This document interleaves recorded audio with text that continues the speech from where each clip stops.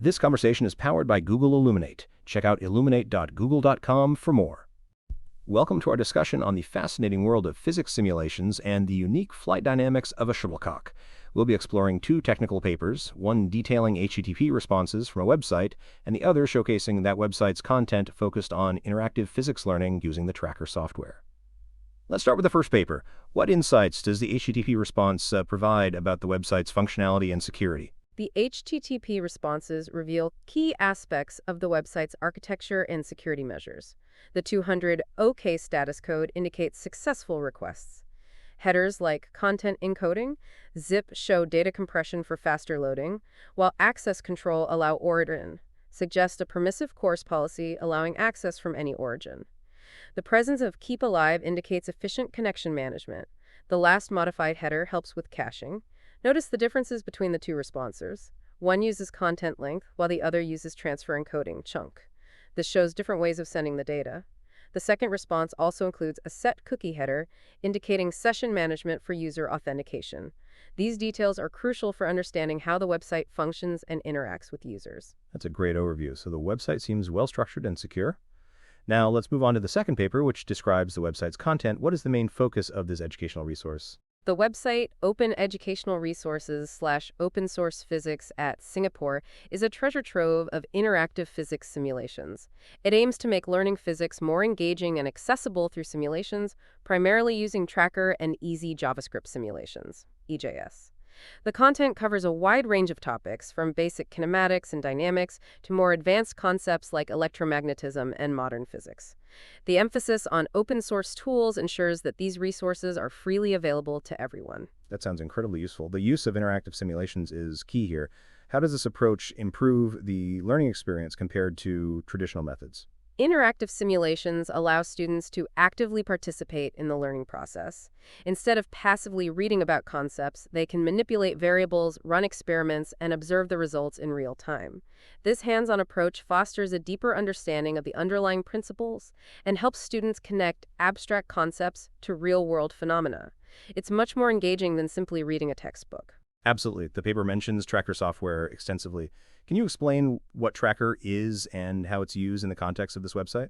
Tracker is a free, open-source video analysis tool. It allows users to analyze videos of physical phenomena, such as the motion of a projectile, by tracking the object's position frame by frame. The software then calculates velocity, acceleration, and other kinematic parameters, providing quantitative data for analysis and model building.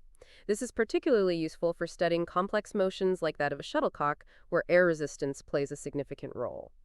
Speaking of shuttlecocks, the website features a simulation specifically comparing the motion of a shuttlecock and a ball. What are the key differences in their motion, and how does Tracker help in analyzing these differences? The key difference lies in air resistance. A shuttlecock, with its feathers, experiences significantly more air resistance than a ball. This leads to a steeper trajectory and faster deceleration for the shuttlecock. Tracker allows for precise measurement of these differences, enabling a quantitative comparison of their flight paths, velocities, and accelerations. Students can directly observe and analyze the impact of air resistance on projectile motion.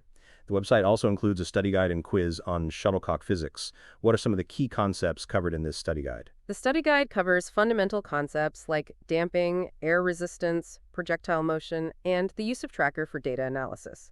It also explores the kinematic parameters, position, velocity, acceleration, and how they relate to the forces acting on the shuttlecock. The quiz reinforces these concepts through short answer and essay questions, encouraging deeper understanding. The study guide also includes a FAQ section. What are some of the frequently asked questions about shuttlecock physics? The FAQ section addresses common questions about the differences between shuttlecock and ball motion, the role of damping, the use of Tracker for analysis, and the key kinematic parameters to consider. It also explains how principles of dynamics, forces, and their effects on motion apply to shuttlecock flight. The educational benefits of using Tracker are also highlighted. The website seems to be a comprehensive resource for learning physics. What are some of the broader educational benefits of using such open source resources? Open source resources like this website democratize access to quality education. They remove financial barriers, making high-quality learning materials available to students and educators worldwide. The interactive nature of the simulations makes learning more engaging and effective, catering to diverse learning styles. The open source nature also allows for collaboration and community contributions, constantly improving the resources. The website also includes a login section. What is the purpose of this login system? The login system likely provides access to additional features or resources, perhaps personalized learning paths, progress tracking, or access to a community forum. It could also be used for managing user accounts and ensuring data security. The specific functionality would depend on the website's implementation. The website lists numerous simulations beyond the shuttlecock example. What are some other examples of simulations available on the site? The website offers a vast array of simulations covering various physics topics. Examples include simulations on projectile motion, circular motion, electric circuits, wave phenomena, and even simulations related to chemistry and other scientific disciplines. The list is extensive and constantly updated. The website mentions Easy JavaScript Simulations, EJS.